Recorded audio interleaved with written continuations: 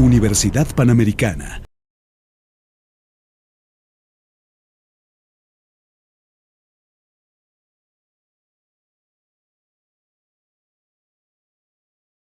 Hacia principios del siglo XX, la jurisprudencia de los conceptos ha penetrado en el derecho público estableciendo un enfoque lógico-normativo. La coronación del sistema estará a cargo de un discípulo de Paul Lavand, un joven de origen judío nacido en Praga en 1881 llamado Hans Kelsen. Este hombre, en 1911, publicó una obra titulada Problemas capitales de la teoría jurídica del Estado. En esta obra, Hans Kelsen sostiene que las prescripciones o normas de la ley deben ser hechas para los seres humanos e impuestas por seres humanos. Deben ser ordenadas por medio de actos de voluntad explícitos o mediante la costumbre y no por autoridades sobrehumanas como lo sería Dios. La noción del derecho positivo emerge de esta concepción. El derecho existe separado de lo ético y religioso. La existencia de una norma no depende de su vínculo con la moral. Es una norma formulada por las autoridades y aunque no sea justa, dirime y resuelve conflictos. Su valor existe en la medida en que esté aprobada por el gobierno. Su legitimidad y eficacia pueden ponerse en duda por los grupos sociales, pero siempre tendrá valor de existente por los órganos políticos que la han aprobado. Recibe el nombre de norma positiva porque el término positivo se refiere a una declaración descriptiva. Las normas jurídicas positivas pertenecen a un sistema que prevé, en caso de violación, una sanción. Es decir, la norma jurídica positiva es una norma preestablecida por seres humanos y para hacerla valer cuentan con una fuerza organizada para castigar su transgresión. En 1934 Radbruch escribió: la decisión del legislador no es un acto de verdad, sino un acto de voluntad, de autoridad. Este puede conferirle a una determinada opinión fuerza obligatoria, pero nunca fuerza convincente. Puede poner punto final a una lucha de poder entre partes en conflicto, pero no a la lucha de opiniones. La decisión sobre la lucha de opiniones sobrepasaría la competencia del legislador. La visión de Kelsen y Radbruch los confrontará durante los años en que el partido nazi asume el poder en Alemania. Los académicos simpatizantes de Adolfo Hitler tomarán posición frente al resto de sus colegas judíos y comunistas.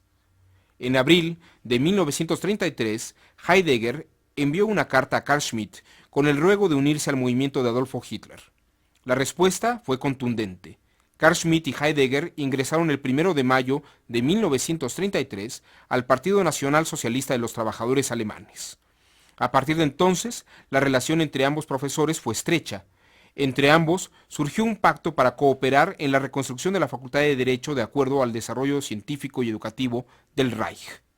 Schmitt fue nombrado editor del periódico de los juristas alemanes Deutschen Juristenzeitung. En él publicó artículos en los que exaltaba y justificaba todas las acciones arbitrarias que realizaba Hitler. En 1934, en su artículo El Führer protege el derecho, sostiene que Hitler podía crear directamente el derecho en virtud de su liderazgo como juez supremo. En otra parte afirmó: en realidad, los actos del Führer son pura jurisdicción. Este no solo se subordina a la justicia, sino que por sí mismo eleva todo a la justicia. Schmitt había ingresado en Colonia como profesor en el otoño de 1932 e impartió solamente el semestre del verano del 33, durante el decanato de Hans Kelsen, quien ya era una figura mundialmente conocida.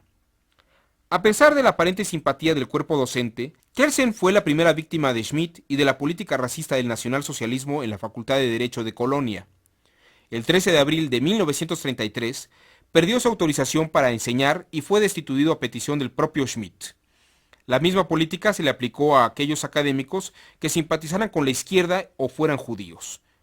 Tal fue el caso de Walter Jelinek y Hermann Kantorowicz. Gustav Radbruch también fue víctima de la represión nazi. En abril de 1933 registran su domicilio y le incautan documentos. En mayo de ese mismo año es destituido conforme a la Ley de Renovación de los Funcionarios de Carrera. Sus estudiantes lo denuncian como un marxista convencido, opositor al nacionalsocialismo. El filósofo del derecho Karl Lorenz afirma que Radbruch tenía una doctrina producto de una mente profundamente estéril. Por otra parte, la suerte de Schmitt cambió. A pesar de su activismo nazi, en diciembre de 1936 tuvo que abandonar su puesto de inspector de grupos de enseñanza superior del Reich y el cargo de editor de la Deutschen Juristenzeitung. Schmidt había sido objeto de constantes ataques por parte de los miembros de la SS. Fue acusado de ser mentiroso y mantener vínculos con académicos y discípulos judíos. Además, se le acusó de ser representante del catolicismo político en la República de Weimar. Schmidt se retiró a su casa de Plettenburg, a la cual llamó irónicamente San Casiano, el mismo nombre de la población donde Maquiavelo murió en el destierro. Gustav Radbruch redactó una biografía del criminólogo Anselmo Feuerbach y estudió el Common Law, dejando una obra titulada El espíritu del derecho inglés. En sus ratos libres estudia historia y arte.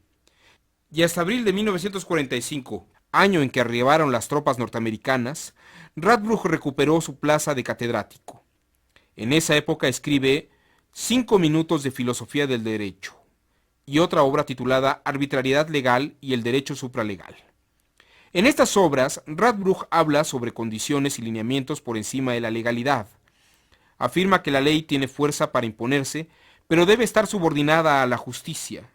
La experiencia de la guerra lo lleva a dudar sobre la efectividad de la sola estructura legal y normativa del aparato estatal. Murió en 1949.